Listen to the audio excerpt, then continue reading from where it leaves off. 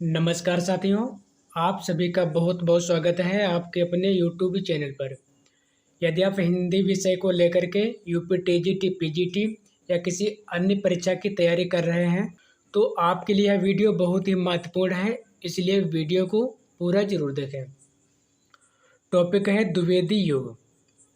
इस टॉपिक से जो भी प्रश्न बार बार परीक्षाओं में पूछे जाते हैं उन सभी का हम लोग बहुत ही अच्छे से अध्ययन करेंगे।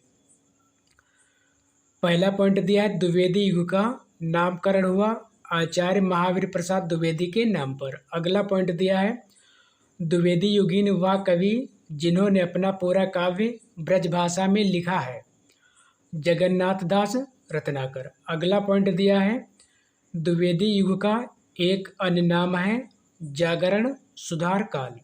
अगला पॉइंट दिया है द्विवेदी युग के साहित्यकार जिन्हें कविता कामिनीकांत, भारतेंदु, प्रगेंदु, साहित्य सुधाकर उपाधियों से विभूषित किया गया था, नाथूराम शर्मा शंकर को। अगला पॉइंट दिया है ज्ञान राशि के संचित कोश ही का नाम साहित्य है, यह उक्ति है आचार्य महावीर प्रसाद द्विवेदी की। साथियों, ये सभी पॉइंट्स बहुत ही महत्वपूर्ण हैं और बार बार पूछे जाते हैं। अगला पॉइंट दिया है आचार्य महावीर प्रसाद द्विवेदी द्वारा रचित अर्थशास्त्र विषयक ग्रंथ है संपत्ति शास्त्र। अगला पॉइंट दिया है प्राचीन पंडित और कवि रचना है आचार्य महावीर प्रसाद द्विवेदी की। अगला पॉइंट दिया है जूही की कली कविता या लिखी गई है निराला द्वारा को अपने पत्र में बिना प्रकाशित किए वापस करने वाले संपादक हैं आचार्य महावीर प्रसाद द्विवेदी। अगला पॉइंट दिया है अंतःकरण की वृत्तियों के चित्र का नाम कविता है, यह कथन है आचार्य महावीर प्रसाद द्विवेदी का।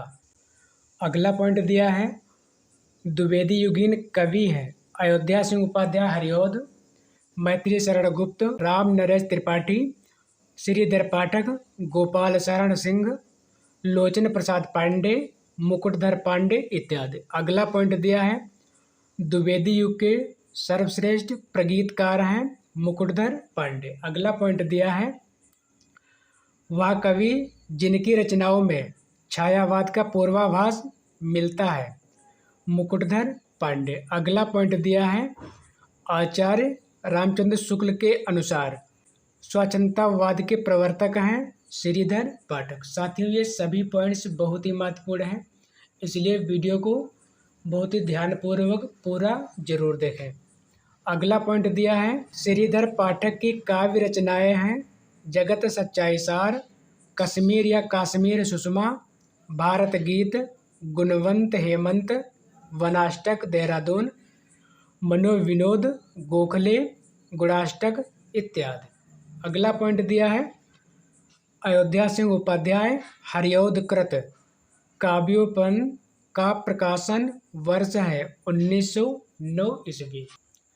अगला पॉइंट दिया है प्रियप्रवास, पारिजात तथा वैदेही वनवास के रचनाकार हैं अयोध्या सिंह उपाध्याय हरिऔध। अगला पॉइंट दिया है परीक्षा उपयोगी महत्वपूर्ण तथ्य।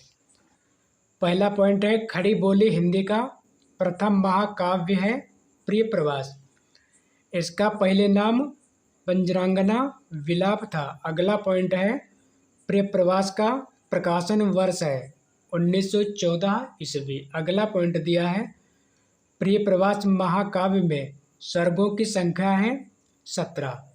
अगला पॉइंट दिया है कृष्ण शतक, रसिक रहस्य, चुभते चौबदे, चोखे चौपदे तथा रस कलश काव्य के रचनाकार हैं हरिऔध। अब देखते हैं अगला पॉइंट।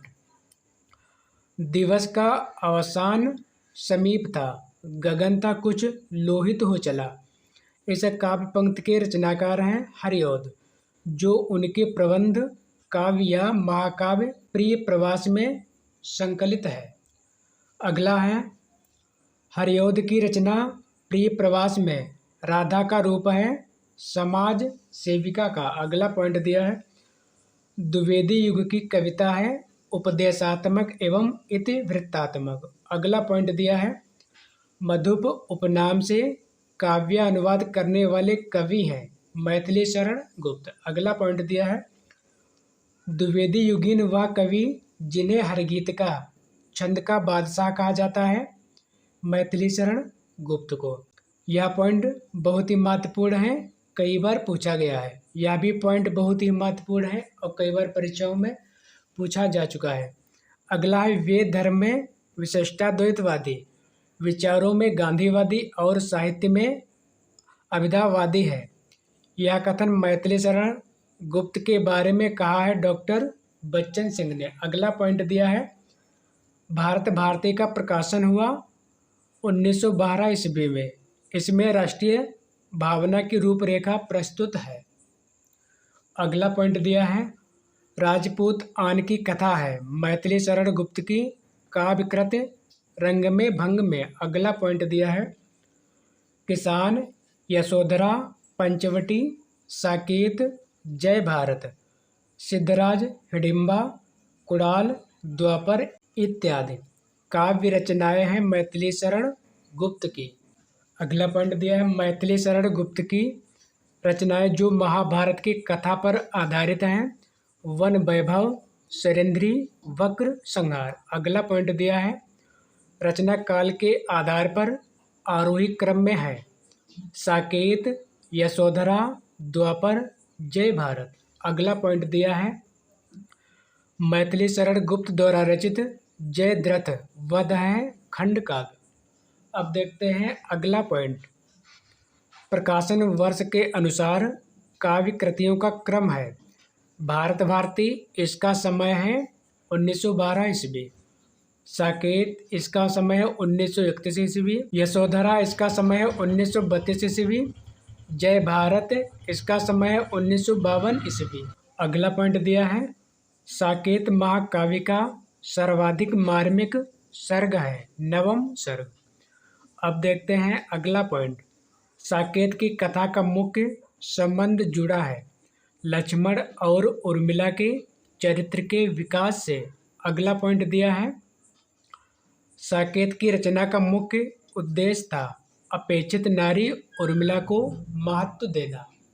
अगला पॉइंट दिया है द्विवेदी युग के संपूर्णतः प्रतिनिधि कवि हैं मैथिली शरण गुप्त। अगला पॉइंट दिया है हम कौन थे क्या हो गए हैं और क्या होंगे अभी, आओ विचारे आज मिलकर ये समस्याएं सभी। ये काव्य पंक्तियां हैं मैथिली शरण गुप्त की। साथियों आज की सेवा यहीं पर समाप्त करते हैं। अब मिलते हैं अगले वीडियो में नए टॉपिक के साथ। धन्यवाद।